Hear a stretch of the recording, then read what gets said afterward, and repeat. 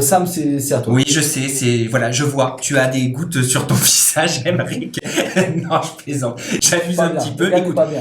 voilà, moi, tu le sais, je suis Ouais. transparent. Tu m'as dit je vais être transparent aussi ce soir. Tu sais qu'on lit beaucoup de choses ces dernières semaines, donc sur ta relation passée notamment avec Leïla. Apparemment, elle aurait porté plainte pour harcèlement, hein, et ça, on va en parler également. Tu ne t'es encore jamais exprimé. Ce soir, ce sont tes premières déclarations, donc dans toute intimité, sur le Rico Show en exclusivité.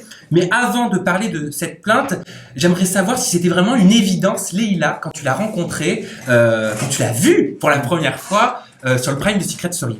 Non, la première fois que je la vois, je sais pas, naturellement, j'ai un sentiment de protection envers elle parce que je sens, c'est mon boulot de sentir les gens, les regards, les attitudes, le non-verbal. Ouais. Et je vois les gens dans cette maison qui sont jaloux d'elle.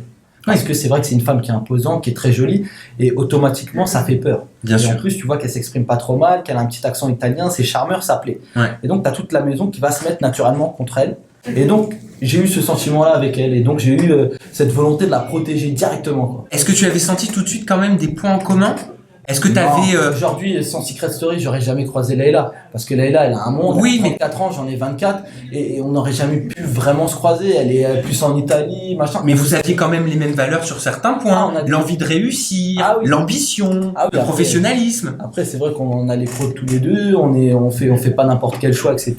Mais c'est vrai que sans Secret, on se serait jamais croisé. Et donc, du coup, c'est un peu l'histoire du prince charmant, de la belle au bois dormant. Et tu te dis, tu peux pas tomber amoureux d'une fille comme ça au premier abord parce que. Et pourtant. Voilà.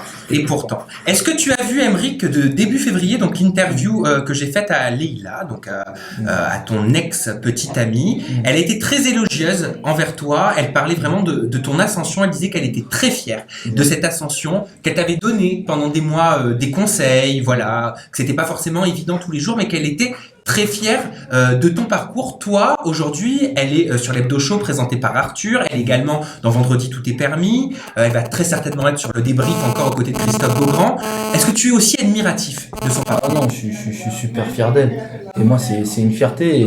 Et ça faisait peut-être 2 mois et demi qu'on s'était pas parlé, voire 2 mois. Et j'ai envoyé un petit message Oui. le lendemain de son émission. Je lui ai dit voilà, je suis très fier de toi. Je suis très fier de ton parcours, de ce que tu réalises. Et c'est très très bien.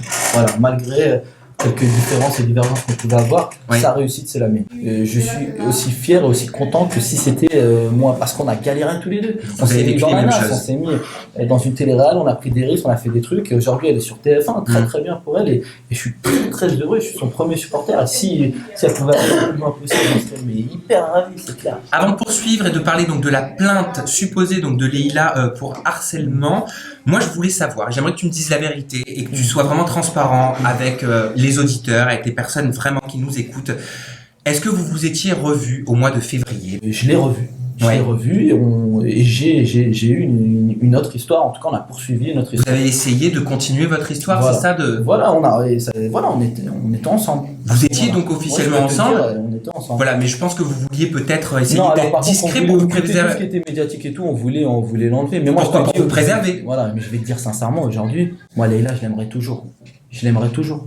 Je te dis ça, je suis un peu ému. Encore au moment où on parle. Ouais, moi, Leïla, je l'aime. Pourtant, mi-avril, la presse annonce que Leïla porte plainte contre toi, donc pour harcèlement. C'est quand même une histoire assez rocambolesque. J'aimerais qu'on puisse dénicher un petit peu le vrai du faux.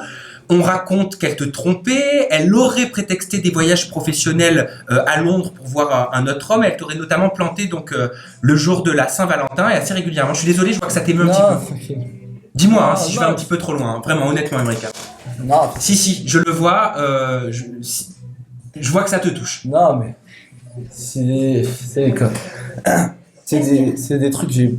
Je sais que c'est pas évident. Non, ça me fait chier d'en parler, ça. Tu vois, je t'ai dit sans filtre et tout, mais c'est vraiment un sujet que j'ai pas envie de... Est-ce que tu penses qu'elle t'aimait à ce moment-là? Je sais pas. Moi, en tout cas, je parle de moi, tu vois, toujours. Je peux pas interpréter à sa place. Moi, c'est une fille que j'aime beaucoup. Voilà, je pense que je l'aimerais toute ma vie. Alors, peut-être de moins en moins fort ou quoi, mais c'est une fille que ouais. Est-ce que tu penses avoir pété un plomb à ce moment précis? Je veux dire, quand t'as l'impression, tu sais, parfois par amour, quand t'as l'impression qu'une personne t'échappe, par amour, t'es capable de tout et n'importe quoi. Moi, je vais être très honnête avec toi. Dans le passé, j'étais extrêmement jaloux. C'était confession intime, hein. Ma vie, j'ai fait des choses horribles par jalousie. Je le dis, aujourd'hui, je ne le ferai plus jamais, mais parfois, par jalousie et par amour, on peut faire des choses qui dépassent l'entendement. Non, non. Est-ce que toi, t'as été peut-être un peu trop insistant avec elle? Apparemment, c'est ce qu'elle te reprocherait. On parle de harcèlement dans la presse. Non, mais on parle de harcèlement. Ce sont les rumeurs. Voilà, les oui-dire. Non, il y a jamais eu tout ça. Après, voilà, moi, je te dis sincèrement, je l'aimerais toujours. Après, peut-être à 1, 2, 3%, ça s'estompera. Mais elle aura toujours une place dans mon cœur qui sera particulière. Moi, je suis désolé, j'ai peut-être que 24 ans, j'ai pas assez de recul. Mais il n'y a pas d'âge pour aimer. J'ai voyagé. Quand j'allais en Nouvelle-Zélande, je voyais des nanas, elles avaient 40 piges. Elle me disait, ouais, j'ai aimé une fois dans ma vie. Elle me parlait d'une histoire, elle avait 23, 24 ans. Moi, j'ai peur de pas aimer. Aujourd'hui, j'arrive pas. T'as peur de ne pas pouvoir aimer une autre femme que Leïla? J'ai peur. Parce que j'arrive pas, moi, j'arrive pas aujourd'hui. Pourquoi? Parce que tes sentiments étaient peut-être trop forts? Parce que j'ai la sensation que c'était elle. Pour toi, c'était la femme de ta vie? Je pense. Et alors, on se sent comment quand on a l'impression de perdre la femme de sa vie? Ah bah, tu te sens pas bien. Tu regardes ton plafond, tu connais toutes les fissures et les écaillements de ton plafond. Tu dis, tiens, il aurait besoin d'un coup de rouleau, celui-là. Et tu sais un petit peu tout. T'es toujours dans le même état psychologique où t'as réussi quand même à faire ton chemin dans ta tête? C'est dur, mais c'est pas grave. C'est comme ça, ça va le faire. Vous avez coupé tout contact ou?